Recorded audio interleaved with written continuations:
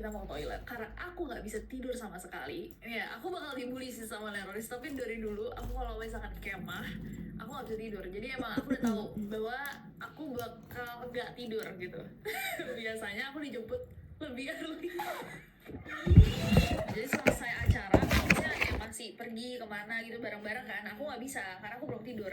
Jadi aku benar-benar tank gitu jam 8 atau jam 9 selesai acara aku pulang karena aku nggak tidur malamnya. 9 misalnya bubar, pokoknya jemputannya udah 9:15 dari situ. Udah di situ karena aku nggak akan bisa tidur. Bahkan malam-malam papa aku datang karena ini bahan bulian banget sih, maaf banget. Jadi malam-malam papa aku tanya anak-anak ini bakal makan apa, terus gue bilang oh ya kita ada exercise, kita bakal masak mie. Papa aku datang bawa ayam. Dia kayak anak saya nggak bisa makan cuma mie. Itu mah emang beneran lauknya ini ada sosis.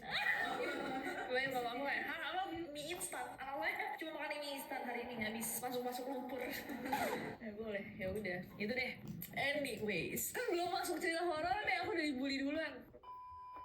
Jadi waktu teman aku ke toilet itu, aku selalu ngeliat kan, kayak siapapun yang ke toilet, aku selalu ngeliat, dan most likely aku tuh ada di depan tendanya.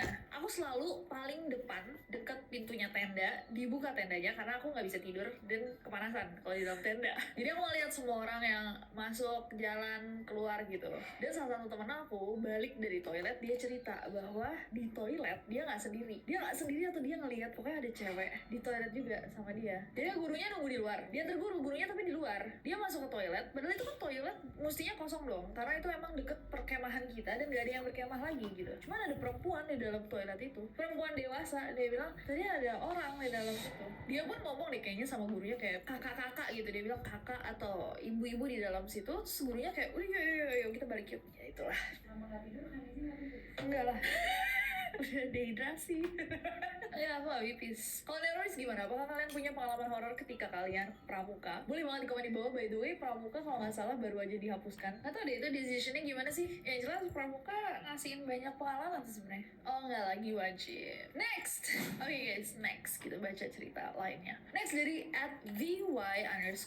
Hai Nes, panggil aja aku V. Aku dari Jombang, Jawa Timur, dan sekolahku itu salah satu SMP negeri di kawasan pegunungan yang ada di Jombang. Aku ada pengalaman dulu pas zaman SMP. Jadi ceritanya gini, aku ke toiletnya itu ada 3. 2 ukuran kecil isinya kloset dan bak tampung air ukuran kecil, dan satunya lagi itu buat kayak tandon gitu, gak ada klosetnya. Nanti coba aku kirimin gambarnya. Ada gak gambarnya? Oh gak ada gambarnya, jadi kita harus cari sendiri. Oke udah. Nah karena aku perginya rame-rame, aku dan beberapa teman aku kebagian di kamar mandi yang gak ada klosetnya. Pas masuk, di pojokan lantai itu ada segumpal rambut segede sanggul Jawa kuno, gede banget. Nah aneh lah, ngelihatnya kayak ada rambut siapa gitu yang brodol atau rontok segitu banyaknya. Padahal kemarin-kemarin itu kita juga ke toilet yang sama dan gak ada rambut di situ, apalagi sebanyak itu. Nah logikanya setiap pagi kan sekolah itu dibersihin sama petugas sekolah.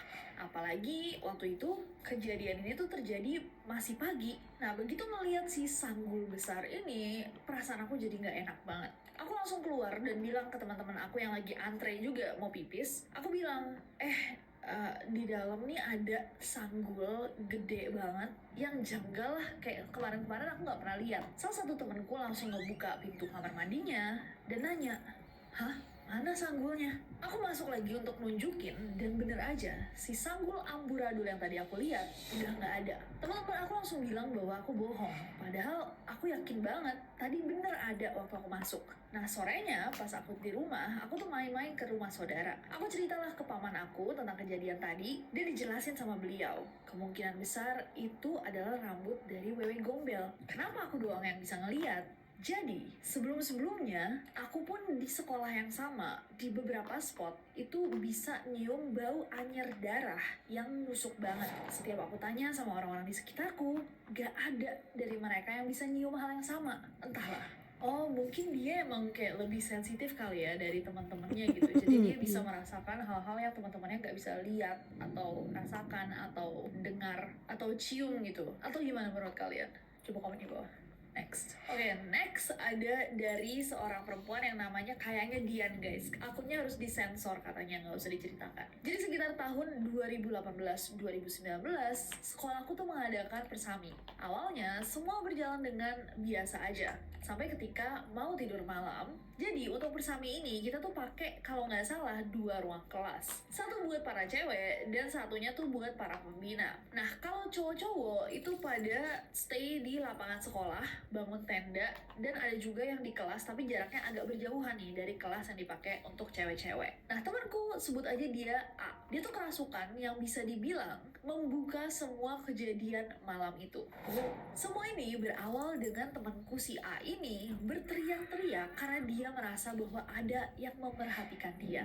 Sosok yang memerhatikan dia ini katanya ada di jendela kelas yang posisinya waktu itu tuh jendelanya tuh tidak bergorden. Dia pun ditenangkan sama pembina, dikasih air dan dibilangin, pikiran kamu jangan dikosongin, pikiran kamu jangan kosong.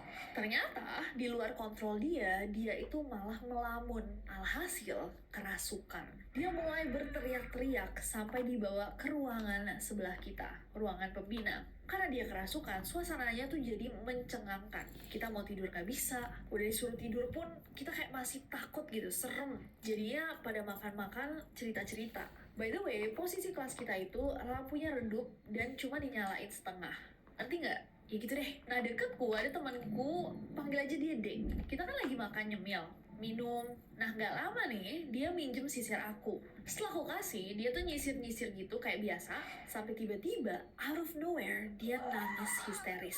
Dan tahu gak anehnya apa? Sisir yang aku pinjemin masih di tangan dia itu meleleh kayak kebakar. Sayangnya aku gak ada HP pada saat itu, jadi aku gak bisa foto. Yang jelas aku shock banget pada saat itu. Gak lama dia dibawa ke ruangan sebelah, samaan sama si R yang masih dicoba ditenangkan. Aku udah takut banget. Akhirnya aku mutusin untuk tidur. Karena ada beberapa juga di kelas itu yang udah tidur. Padahal aku juga bingung, kok dia bisa ya tidur? Padahal aku susah banget, saking takutnya.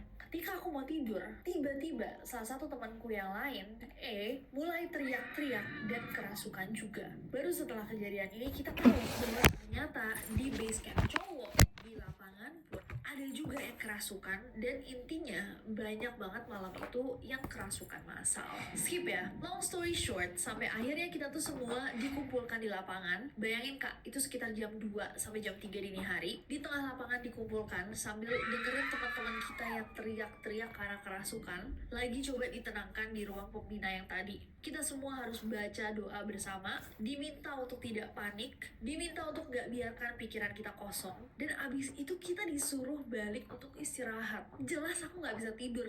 Bayangin aja Kak, ruangan aku kan sebelahnya ruangan pembina, jadi aku bisa dengerin semua orang-orang yang kerasukan itu teriak. Jam 5 subuh, kita dibangunin disuruh subuhan, tapi hanya beberapa aja yang ikut sholat karena fasilitas sekolah saat itu WC-nya tuh nggak begitu banyak dan semua orang yang mau sholat harus antri. Yang ikut persami saat itu cuman satu angkatan aja padahal. Terus kita senam dan makan pagi, terus teman-temanku yang kerasukan si D dan R itu udah kayak normal aja, tapi kelihatan mukanya capek banget. Oh iya, aku ketinggalan. Jadi pas subuhan kita bangun, tau nggak sih sempat ada satu siswa juga yang kerasukan dan mencoba kabur sampai dikejar gitu. Habis makan-makan kita break dan siap-siap untuk pulang. Nah temanku si kalau kalian ingat itu masih belum kembali dari ruangan pembina. Ya berarti mungkin dia masih kerasukan. Gak lama setelah pulangan, aku lihat dia dituntun sama pembina dan temennya. Aku sempat say hi ke dia dan mukanya benar-benar flat, tanpa ekspresi, dan gak sampai 5 menit dia tumbang kerasukan lagi. Gila kan? Gak lama nih, ada satu anak yang masukin kasus ini ke akun IG kota yang lumayan terkenal, tapi udah di take down postingannya karena mencemarkan nama sekolah. Kalau nggak salah setelah kejadian ini kita semua diliburkan. By the way, ternyata si R itu kerasukan arwah perempuan yang mukanya hancur parah karena kecelakaan di belakang sekolahku. Dia iri karena temanku R ini mukanya cantik dan emang dia ini adalah seorang model, makanya dia rasukin. Sedangkan si D katanya kerasukan karena dia ada pegangan atau apalah, aku kurang tahu juga. Dan si E kerasukan nenek-nenek yang suka sama dia. Hah? Tahu nggak? Dia diikutin sampai sebulan dan akhirnya sembuh karena dibaptis. Ini ya by the way kelakuan dia pas masih ketempelan. Dia tuh suka ketawa sendiri. Auranya beda kayak bukan dia. Dia diajak ngomong, kadang nyambung, kadang enggak. Dan satu lagi yang di luar nalar. Dia kalau lagi hafalan atau ngerjain soal metik, itu secepat itu, segampang itu, bayangin aja. Tapi ketika itu nenek udah nggak lagi nebeng di tubuhnya, dia kembali normal. Kayaknya udah ya, sampai sini aja. Cluenya ini adalah salah satu SMP negeri di Balikpapan, berlokasi dekat lapangan. And please jangan sebutin user IG ku ya kak, thanks a lot. Itu yang barusan lumayan ya. Next, let's go. Next ada dari Anissa Aprili. It's Aprili. Hai Kanes, aku mau share cerita horor aku di sekolah. Kejadian ini terjadi saat aku sama teman-teman aku masih di bangku SMP. Saat itu sekolah kita tuh emang lagi rawannya kerasukan gitu. Jadi ada teman kita seangkatan tapi beda kelas. Namanya tuh Rohmania. Nah dia pada saat itu beberapa waktu ke belakang selalu kerasukan dan biasanya setiap dia kerasukan dia nggak akan datang ke sekolah sekitar 2-3 hari. Long story short, karena dia saking seringnya kerasukan, kita tuh jadi rada takut untuk dekat sama dia. Karena setiap dia kerasukan, dia bakal teriak keras banget dan suaranya itu setiap dia kerasukan tidak terdengar seperti dia. Nah sekolah aku itu adalah salah satu sekolah Islam di kota aku. Sempet nih dia kerasukan waktu kita baris saat baca Asmaul Husna dan surat-surat lainnya. Oh jadi maksud tuh whatever ini nih kayak yang masukin dia itu saking kuatnya, bahkan saat mereka lagi baca surat-surat suci dia tuh masih bisa gitu, masih kuat untuk masukin. Nah kejadian horor yang pernah aku rasain itu pas aku sama teman aku piket. Setelah kita piket berdua, teman-teman kita yang lain itu masih baris di halaman baca qadar Allah. Nah pas kita duduk berdua selesai nyapu dan bersih-bersih kelas, kita tuh ketawa-ketawa gitu kan, cerita-cerita seru. Gak lama kok kayak senyap aja, tahu-tahu di kuping kita berdua ada suara laki-laki ketawa kenceng banget. Kita tiba-tiba diketawain gitu kayak hahaha gitu kalau cowok, laki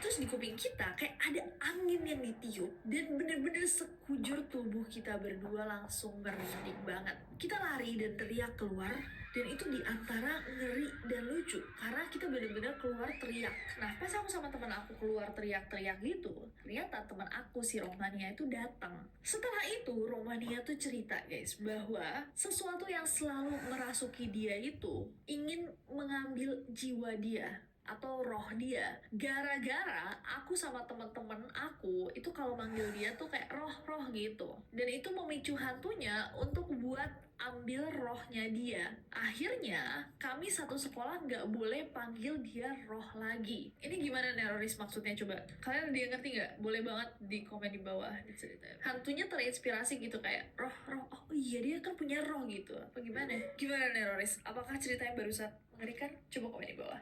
Next dikirimin sama J. Blathers Kite. Pengalaman horor di SMP pas baru banget masuk sekolah. Posisinya pada saat itu tuh lagi istirahat saat MPLS, masa perkenalan lingkungan sekolah. Oke, kan kalau mau sholat sepatu tuh dilepas di kelas biar nggak ribet nyari-nyarinya, karena pasti di musola tuh banyak banget sepatu siswa lain. Abis selesai sholat, aku bercandalah lempar-lemparan sepatu, dan kebetulan sepatuku tuh nyangkut, disangkutin sama temenku di ventilasi jendela kelas. Nah pas aku mau ngambil, malah sepatu itu jatuh keluar, tepatnya ke belakang sekolah. Ya udah, aku ambillah ke belakang sekolah berdua sama teman aku yang lumayan rese. Tapi walaupun rese, ya pada saat itu kita masih bercanda-canda. Selesai kita ambil sepatu itu di belakang sekolah, kita tuh pas balik masih sambil bercanda-bercanda, sambil dorong-dorongan. Pas kita dorong-dorongan, gak sengaja nih dorong-dorongannya tuh kekerasan sampai kita nabrak, jatuh oleng, nabrak pintu di belakang sekolah yang sedang digembok. Nah sebenarnya kita tuh sama sekali nggak tahu ya kayak ini tuh pintu apa, isinya apa, ruangannya apa. Yang jelas pintu ini adalah pintu triplek yang digembok dan letaknya di belakang sekolah. Nah mungkin karena engsel pintunya ini juga udah lumayan tua, pas kita oleng dan menabraknya, pintunya ini terbuka tapi cuma sedikit, masih ketahan oleh gemboknya. Aku sama teman aku penasaran dong, kita intip ke dalam ruangan ini dari kayak gap sedikit di mana pintunya terbuka tapi tertahan sama gembok. Kita berdua benar-benar melihat ada kaki gelantungan pakai rok. Bener-bener kayak cewek pakai rok seragam putih duduk di plafon dan kakinya gelantungan. Kita langsung lari, ngibrit, dan cerita sama teman kelas. Teman-teman gak ada yang percaya sama kita berdua. Akhirnya kita bilang, yaudah cepetan ikut, lihat sendiri. Dan pas kita balik, teman-teman memberanikan juga untuk ngeliat ke dalam. Ternyata si kaki itu sudah tidak ada. Padahal pas berdua, kita yakin banget ngeliat jelas adanya kaki gelantungan itu. Akhirnya semenjak itu aku sama sekali nggak mau lagi ke area belakang sekolah. Terus pas SMA juga pernah. Kejadiannya pas lagi seleksi OSIS. Lagi latihan dan seleksi jadi pemimpin upacara. Kegiatannya tuh di lapangan. Nah awalnya biasa aja. Namanya juga latihan komando. Kan teriak-teriak gitu ya kayak hormat, gerak. Sampai waktu itu mau maghrib. Kita tuh belum berhenti. Baru berhenti pas mendengar azan maghrib. Setelah azan maghrib berkumandang, kita berhenti dan duduk di pinggir lapangan depan ruang musik. Tiba-tiba salah satu teman aku yang awalnya diem aja, mulai tertawa kenceng banget. Kita yang panik langsung bawa dia ke musola sekolah. Yang kebetulan di sana tuh ada pembina OSIS dan juga penjaga sekolah yang baru aja selesai sholat. Udah tuh, temen aku ini ditidurin di musola, terus dibacain doa sama penjaga sekolah. Malah ketawanya tuh tambah kenceng. Sambil berontak-berontak dia terus ketawa. Ya udah aku sama 4 orang lainnya pegangin dia, jadi total 5 orang. Yang 4 cowok itu pegang kaki sama tangannya dan aku nahan badannya biar dia nggak sakit atau terkilir. Oh berarti dia muter gitu ya? Tapi tenaga kami berlima pun kalah kak. Dia terus berontak, bahkan kami ngerasa kayak dia tuh seolah-olah ngambang badannya. Udah mah 1 orang belum selesai. Tiba-tiba yang lain yang pada nunggu di luar musola itu teriak. Dan ternyata ada yang kerasukan juga. Dibawa masuk ke dalam, jadi totalnya ada 2 siswi yang kerasukan. Pas siswi yang baru kerasukan itu masuk ke dalam musola, tiba-tiba siswi yang pertama teriak ngomong, "Pergi kalian semua, jangan ganggu!" Dan siswi yang barusan kerasukan, siswi kedua itu juga ikut teriak, "Kamu yang jangan ganggu cucu saya! Kamu berurusan sama saya! Kamu berani ganggu cucu saya!" Nah yang bikin aku shock adalah suara mereka berdua ini berubah. Ini benar-benar bukan suara yang kita semua kenal sebagai teman-teman mereka. Akhirnya ditanya lah sama penjaga sekolah masing-masing, setan-setan ini maunya apa? Kalau dari yang aku ingat, siswi yang baru kerasukan itu dirasukin sama penjaga bawaan keluarga kayak leluhurnya gitu. Dan katanya banyak roh yang mau masuk ke dia juga. Daripada roh jahat, akhirnya jin ini yang masuklah sebagai penjaga dan perlindungan. Kalau siswi yang pertama itu dirasuki oleh jin sekolah. Dia tuh marah karena katanya kita berisik mengganggu dia. Dan terakhir, dia minta syarat untuk disediakan kopi setiap hari. Tentu aja kami menolak karena hal itu musyrik. Dibacain doa lagi sama penjaga sekolah. Pokoknya susah banget deh kak ngeluarinnya. Aku aja sampai habis tenaganya untuk megangin mereka berdua. Akhirnya buat kesepakatan dibeliin kopi dan penjaga sekolah bilang kalau dia bakal jamin gak ada lagi kegiatan yang mengganggu dia menjelang maghrib. Dari kejadian itu, kegiatan OSIS itu cuma dibolehin sampai jam 4 sore, maksimal jam 5 sore. Siswa udah harus keluar dari sekolah. Gimana menurut kalian Nerores? Serem sih kayak hantu-hantu kayak dari itu rada kurang ajar ya kalau menurut aku, bikin orang capek. Tapi menurut aku ini juga bisa jadi pengingat untuk kita semua bahwa emang terkadang tuh apalagi dengan adanya sosial media, dengan adanya handphone di tangan kita tuh banyak banget actually spending time dengan pikiran kosong gitu, nggak aware atau nggak sadar sama sekitar kita karena kita selalu kayak fokusnya tuh di dunia lain gitu.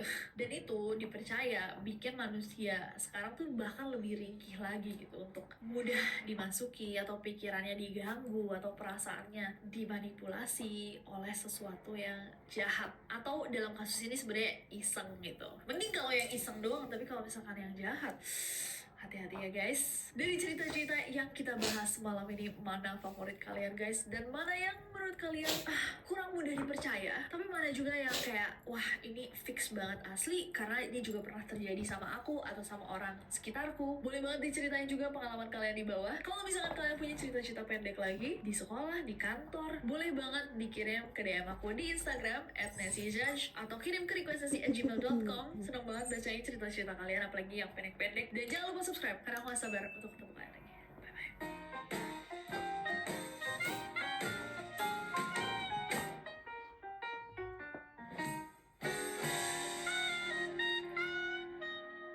Jadi pas persami itu, aku sama teman-teman Ih, mana lagi hujan lagi guys.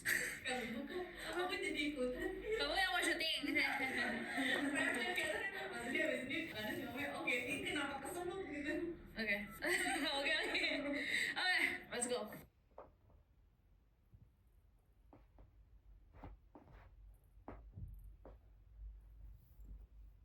Luarnya nggak ada apa-apa, tapi paru-parunya ini pembuluh darahnya pecah semua. Temuan saya itu berhasil membuktikan kalau ini bukan kecelakaan, tapi dengan sengaja ada. Dia meninggal sangat kesakitan. Hey guys, it's Nessie and welcome to Neron Interrogation Room. Hari ini aku ditemani oleh Dr. Stephanie. Halo. Oh my god, aku senang banget bisa ketemu sama Dr. Stephanie dan super honored, terhormat banget Dr. Stephanie mau datang ke Neror dan cerita-cerita sama Neroris juga. Kalau boleh tahu nih dokter, what is it that you do? Jadi pekerjaan Dr. Stephanie ini apa? Oke, jadi kalau saya sebagai dokter forensik itu sininya sih saya menerapkan ilmu kedokteran untuk kepentingan peradilan. Oke. Nah, kebetulan di sini pasien yang saya tangani itu memang yang sudah nggak lagi bisa bicara, jenazah gitu ya. Jadi misalkan ada jenazah yang memang ada indikasi tindak pidana, itu tugas dokter forensik untuk menemukan sebab matinya apa. Oke. Jadi kita sering banget sebenarnya bahas kan tentang dokter forensik yang mengatakan ini kayak di kasus-kasus yang kita bahas di Neror kan. Ya. Tapi ini pertama kali aku benar-benar berbincang sama seorang dokter forensik. So thank you so much for coming. Oh, thank you. Dan hari ini banyak banget cerita dari Dr. Stephanie, jadi langsung aja guys. Without any further ado, stop senyum-senyum, cause that's about to go. Oke, dokter. Ya, Kenapa dokter tertarik untuk jadi seorang dokter forensik? karena kalau dulu itu saya selalu merasa dunia forensik itu asik. Itu kayak judul bukunya almarhum Dr. Budi Idris. Oke. Ya, mirip-mirip kan dunia forensik itu lucu ya, emang lucu. Jadi kalau orang mikirnya kan mayat ngapain sih gotak-atik gitu Iya. kan. Tapi kalau kita ngelihat bagaimana dokter forensik itu bekerja ya, kita itu sebenarnya gimana kita menjadi suara bagi mereka yang nggak lagi bisa bicara. Oke. Kita otopsi dengan ilmu kedokteran, kita lihat nih sebab matinya apa nih, terus ada kelainan di sini gitu. Nah, saya senang ilmunya di situ karena ilmu kedokteran digunakan untuk memberikan keadilan bagi mereka yang nggak lagi bisa bicara. Oke. Kalau dokter ini kan spesialis forensik dan mediko-legal. Mediko-legal ya. What does that mean? Oh ya, kalau forensik itu ya intinya sih semua ilmu yang digunakan untuk kepentingan peradilan. Kalau mediko-legal itu hukum kedokteran. Oke. Karena pastikan nanti hubungannya juga dengan kesehatan pada tubuh manusia, baik manusia hidup ataupun mati, termasuk juga potongan tubuh. Oke, Dokter Stephanie ini guys juga punya sebuah channel di YouTube. Apa yang bikin dokter akhirnya mau berbagi gitu loh di channel YouTube tentang cerita-cerita yang pernah dokter tangani atau juga kayak pengalaman-pengalaman pribadi dokter? Ya, awalnya sih sempat agak dilema juga ya, karena kan kasus yang saya tangani itu sensitif dan saya mesti hati-hati sekali jangan sampai identitasnya kebuka. Tapi waktu itu beberapa kali kan saya diundang ke podcast untuk sharing pengalaman, ya kebetulan saat itu pengalaman horor mistis. Iya, oke. Nah, terus beberapa teman bilang, kamu bikin channel lah gitu, karena sebenarnya tuh yang kamu ceritain itu nggak cuma horor loh, ada pelajaran yang bisa dipetik di situ. Pasti. Kalau misalkan dokter jantung, dokter paru bisa mencegah misalkan penyakit itu, gimana caranya mencegah penyakit, dokter forensik juga bisa bagaimana apa yang dialami oleh korban ini jangan sampai